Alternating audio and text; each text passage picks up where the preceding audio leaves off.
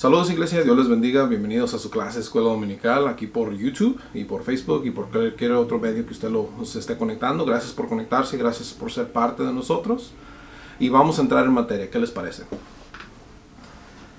En este día, en esta Escuela Dominical de hoy, yo quiero tocar, el jueves pasado nuestro pastor me animó a compartir con respecto a Hechos capítulo 7, la historia de Esteban, ese primer mártir de la iglesia y su vida y qué fue lo que logró su vida por lo medio de su servicio y qué fue lo que él nos dice Hechos 7, en otras palabras. Y yo me siento bien motivado y gracias a Dios por ese reto. Aquí estamos ahora para compartir un poquito de esa clase y para analizar y aprender y vamos a ver qué aprendemos. Cuando usted lea el libro de los Hechos de los Apóstoles o Hechos como más bien se conoce, quiero que nos demos cuenta que precisamente lo que estamos leyendo, que quiero que entiendan qué es lo que estamos leyendo. Cuando el autor del libro de los Hechos, Lucas, escribió el libro, fue un plan para educar y fortificar la fe de un creyente que se llamaba Teófilo, así como lo dice en el capítulo 1 cuando se introduce. Por consecuencia, cada uno de nosotros que hemos leído desde entonces el libro de los Hechos, hemos sido fortificados, hemos sido bendecidos con todo lo que anotó Lucas y nos dejó para que nosotros lo estudiésemos y lo repasemos. Tengan esto en mente en lo que estudiamos lo que vamos a ver acerca de la primera iglesia. Comenzamos en Hechos capítulo 6 y dice así de la siguiente manera. Hechos capítulo 6, versículos del 1 al 7 nos cuentan de la siguiente forma. En aquellos días, como creciera el número de los discípulos, hubo murmuración de los griegos contra los hebreos, de que las viudas de aquellos eran desatendidas en la distribución diaria. Entonces los 12 convocaron a la multitud de los discípulos y dijeron: no es justo que nosotros dejemos la palabra de Dios para servir a las mesas. Buscad pues, hermanos, que entre vosotros a 7 varones de buen testimonio, llenos del Espíritu Santo y de sabiduría, a quienes encarguemos este trabajo. Nosotros persistiremos en la oración y en el ministerio de la palabra. Agradó la propuesta a toda la congregación y eligieron a Esteban, varón lleno de fe y del Espíritu Santo, a Felipe, a Prócoro, a Nicanor, a Timón, a Parmenas y a Nicolás, prosélito de Antioquía. Por cierto, si alguno hermano quiere nombres para sus hijos varones, ahí están. A los cuales presentaron ante los apóstoles, quienes orando les impusieron las manos. Y crecía la palabra del Señor, y el número de los discípulos se multiplicaba grandemente en Jerusalén, y también muchos de los sacerdotes obedecían en la fe. Debido al crecimiento de la iglesia, se vio la necesidad de apuntar a aquellos varones responsables para los trabajos diarios de la iglesia, lo cual es para que los apóstoles se pudieran enfocar en la palabra. De aquí nace la posición del diácono, como hoy los conocemos en la iglesia. Cuando conocemos un hermano que tiene la posición de diácono, a eso es a lo que se refiere, es un funcionario de la iglesia. Esteban y los demás son elegidos y apuntados como diáconos, y como vemos en el versículo 7 nos ilustra que sí funcionó esta técnica de apuntar a estos hombres al servicio diario, debido a que los apóstoles se pudieron enfocar en la palabra y la iglesia creció. Nos dice el versículo 7 de nuevo: y crecía la palabra del Señor, y el número de los discípulos se multiplicaba grandemente en Jerusalén. También muchos de los sacerdotes obedecían a la fe.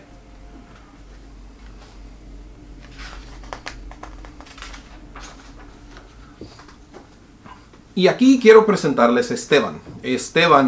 ¿Y quién es Esteban? Bueno, Esteban es el primero de estos elegidos, de estos 7 elegidos. A lo que sabemos de las escrituras no nos dan mucho trasfondo de Esteban. Incluso los expertos y muchos arqueólogos, profesores y así no dan mucho respaldo acerca de Esteban. Lo que sí sabemos es que por su nombre, que en griegos es Estéfanos, nos hace entender que es un judío que fue helenizado. O sea, es un judío criado en la tradición griega. Muy probablemente hablaba griego. Estamos ciertamente seguros por el tiempo en el que estaba que hablaba griego. Muy posiblemente era un judío helenizado que había creído en Jesús. Y como tal, pues estaba educado, tenía más o menos una profesión, y nos lleva a creer esta parte de Esteban. Ahora, la palabra misma nos habla de Esteban, nos dice que era un varón lleno de obras, lleno del Espíritu Santo, que hacía un montón de trabajos. Y en su posición como siervo, como jefe de estos diáconos, o como el primero de estos diáconos, Esteban, parte de pues, él hacía sus funciones, pero no era fuera de lo común que saliera a orar conforme a lo que nos dice la palabra. Esteban era de esas personas que hacía prodigios, que Dios lo usaba para hacer trabajos importantes e incluso milagros. Vemos que Esteban es este personaje importante dentro de los diáconos de aquella iglesia primitiva. Dice el versículo, dice Hechos 6 del 8 al 10, y Esteban, lleno de gracia y de poder, hacía grandes prodigios y señales entre el pueblo. Entonces se levantaron unos de la sinagoga llamada de los libertos, y de los de Cirene, y de Alejandría, y de Cilicia, y de Asia, disputando con Esteban, pero no podían resistir a la sabiduría y al espíritu con que Esteban hablaba. Aquí vemos que Esteban tenía no solo el don de servir, sino que también estaba preparado por el Espíritu para poder dialogar, poder discutir, para poder argumentar, se podría decir. Aquí vemos que, como nos dice Santiago capítulo 1, que si ocupas conocimiento, pídeselo de Dios. Y yo estoy seguro que Esteban, lleno de este conocimiento, él se presentaba y se cargaba a sí mismo como un creyente con mucho conocimiento. Y como tal, esa era la reputación que tenía.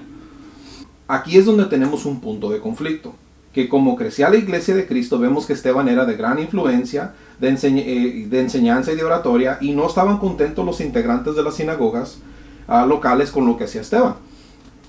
Más bien creo que no les agradaba que Esteban les ganaba en los discursos, aparte de todo el buen trabajo que hacía Esteban. Y veo aquí un punto importante. Hay un famoso refrán que el árbol del más fruto es el más apedreado. No, dicen en inglés, no pun intended. No es para hacer burla del martirio de Esteban, pero es cierto, el árbol de más fruto es el más apedreado. Todos tenemos un instinto de competencia y como todo buen competidor tienes que aceptar cuando te han ganado, porque el otro está más preparado o tiene algún don o prodigio que tú simplemente no tienes. Bueno, los judíos, bien colmilludos, dijeron, Nel, no nos puede ganar este judío helenizado que predica a ese tal Jesús. Entonces Lucas nos hace un enfoque, y aquí es donde quiero, de nuevo, el enfoque de Lucas. Lucas hace un enfoque que Esteban no hizo ningún mal, y es un punto que quiero recalcar yo. Esteban no hizo nada malo, ¿okay? Esteban simplemente dialogaba con estos hombres, pero él estaba más preparado, más lleno del Espíritu. Él me imagino que les revelaba cosas que estos judíos pues no querían que se revelaran, o no querían que se hicieran cosas conocidas. Algo por el estilo, porque nos cuenta que no estaban contentos con el hecho de que les ganaba en las discusiones y en los argumentos. Ahora, Lucas nos abre los ojos de que los judíos no están contentos con este movimiento que andaba por Jerusalén ganando gente. Estamos hablando de la iglesia de Cristo que estaba creciendo. Y peor todavía, ganando judíos que se supone que eran los que iban a venir al templo. Y decidieron no tolerar a Esteban y lo arrestan. Ahora nos dice Hechos capítulo 6 del 11 al 15, nos dice de la siguiente manera. Entonces sobornaron a unos para que dijesen que le habían oído hablar palabras blasfemas contra Moisés y contra Dios. Y soliviantaron al pueblo, a los ancianos y a los escribas, arremetiendo, le arrebataron y le trajeron ante el concilio y pusieron testigos falsos que decían, este hombre no cesa de hablar palabras blasfemas contra este lugar santo y contra la ley. Y pues le hemos oído decir que este Jesús de Nazaret destruirá este lugar y cambiará las costumbres que nos dio Moisés. Entonces todos los que estaban sentados en el concilio, al fijar los ojos en él, vieron su rostro como rostro de un ángel. Y aquí quiero yo traer un punto importante, ¿no? Cuando Esteban se encuentra delante del concilio, de nuevo, Esteban no ha hecho nada malo, no tiene nada que esconder, realmente no tiene nada que esconder. No es como nosotros que a veces vamos a corte y sabemos que somos culpables. No, Esteban no había hecho nada malo, por el contrario, todo lo que había hecho era bueno. Pero ante los ojos de estos judíos, ante los ojos de estos sacerdotes celosos y malvados, ellos miraban pues, a un calumniador, miraban a un mentiroso, miraban un traidor, se podría decir incluso.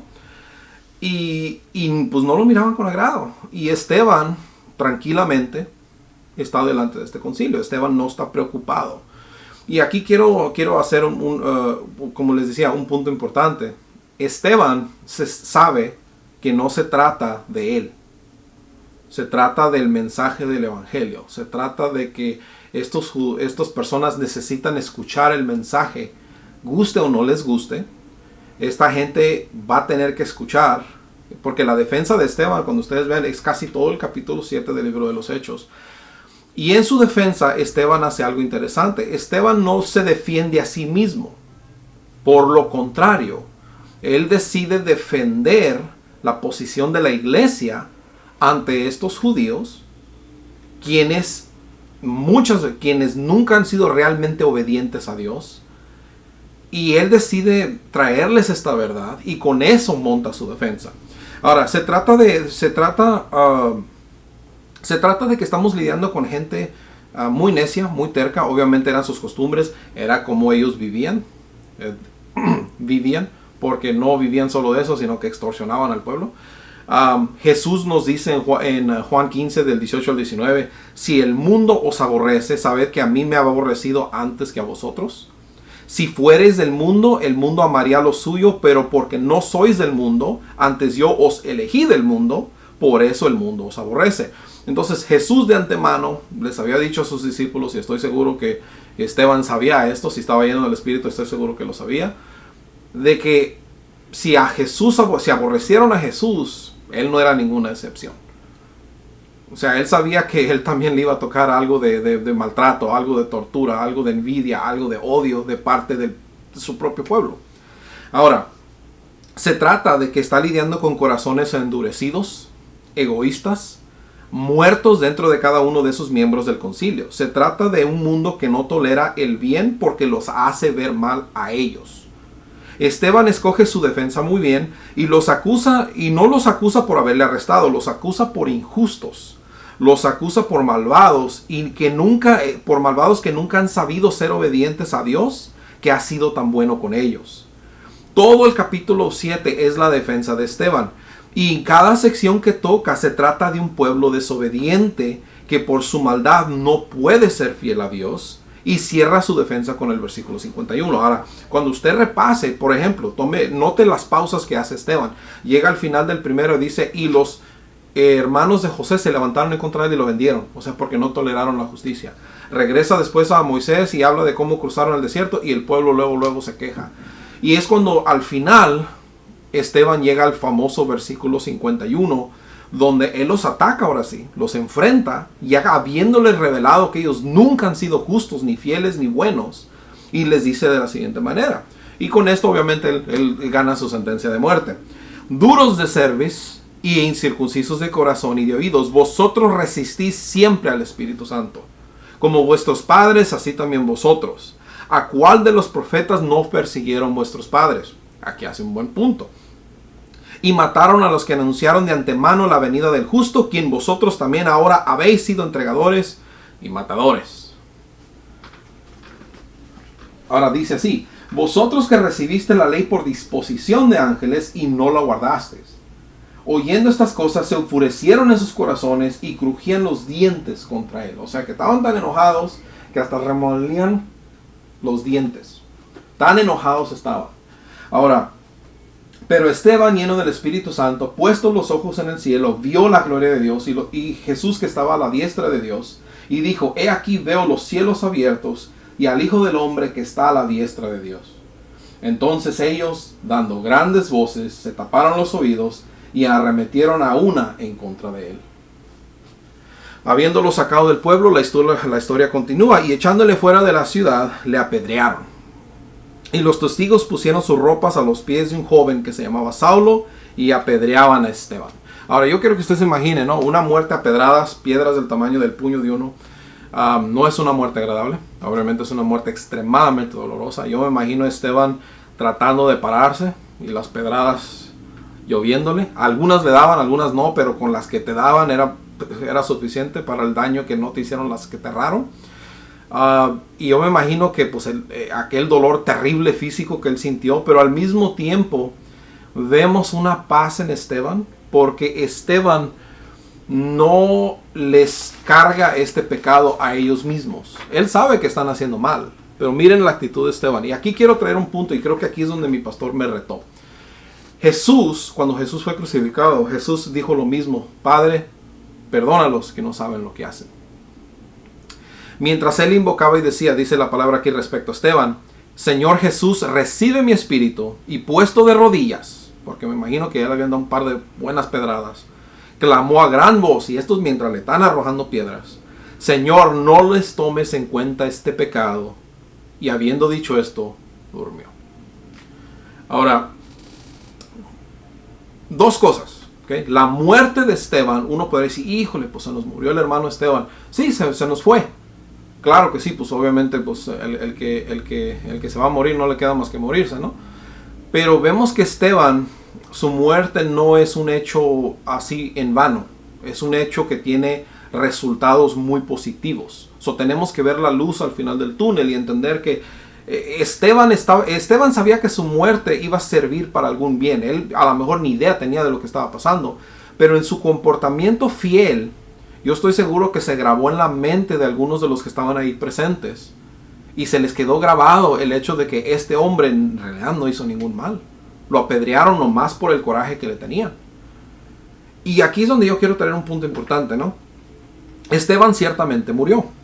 Fue el primer mártir de la iglesia. Con su muerte muchos creyentes se esparcieron y se fueron de Judea. Son muchos creyentes, habiendo visto lo que le pasó a Esteban y la persecución que siguió, dijeron, ¿sabes qué? Pues vámonos a otras regiones. Y de ahí se esparció la iglesia, se fueron para Samaria, se fueron para Judea, donde si usted lee Hechos más adelante, se da cuenta que para allá también se fue el evangelio, porque donde se va un cristiano, se va el evangelio tras él.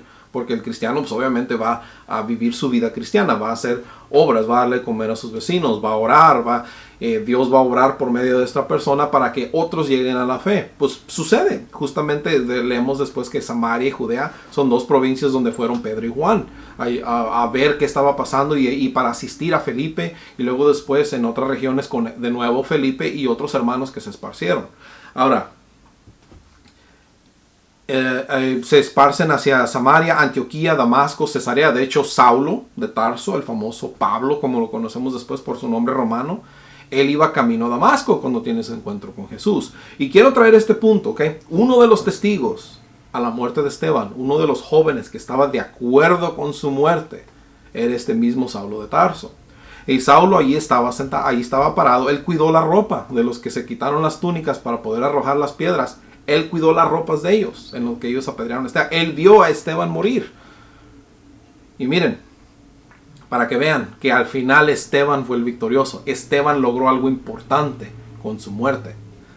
El fin de Esteban es solo el comienzo de la expansión de la iglesia y de aquel llamado Saulo, después llamado Pablo, quien dijo así. Ahora, Pablo escribe muchos años después en su carta en Gálatas, a los Galacios. Les escribe en la carta a Gálatas en el capítulo 1 de la siguiente manera. Dice así: y no era conocido de vista en las iglesias, hablando de sí mismo, no era conocido de vista a las iglesias de Judea que eran en Cristo. Solamente oían decir: aquel que en otro tiempo nos perseguía, ahora predica la fe que en otro tiempo asolaba. Y glorificaban a Dios en mí. Ahora, Pablo dice, miren lo que está diciendo Pablo, porque Pablo toca el tema de que él en otro tiempo fue perseguidor de la iglesia. Él reconoce que él fue perseguidor. Vemos que Pablo reconoce que él en otro tiempo fue perseguidor de la iglesia. Y él hace un punto importante. Al él admitir que él era perseguidor de la iglesia, él le da crédito a aquellos que en aquel tiempo se alabaron a Dios por lo que Dios hizo en él. Vemos que él de cierta forma le da reconocimiento a todos aquellos que hicieron algo para que él fuera el hombre que él es ahora en Gálatas, testificando de cuando él en otro tiempo perseguía a la iglesia. Y aquí yo quiero traer un punto importante, ¿no? Y con este es mi cierre.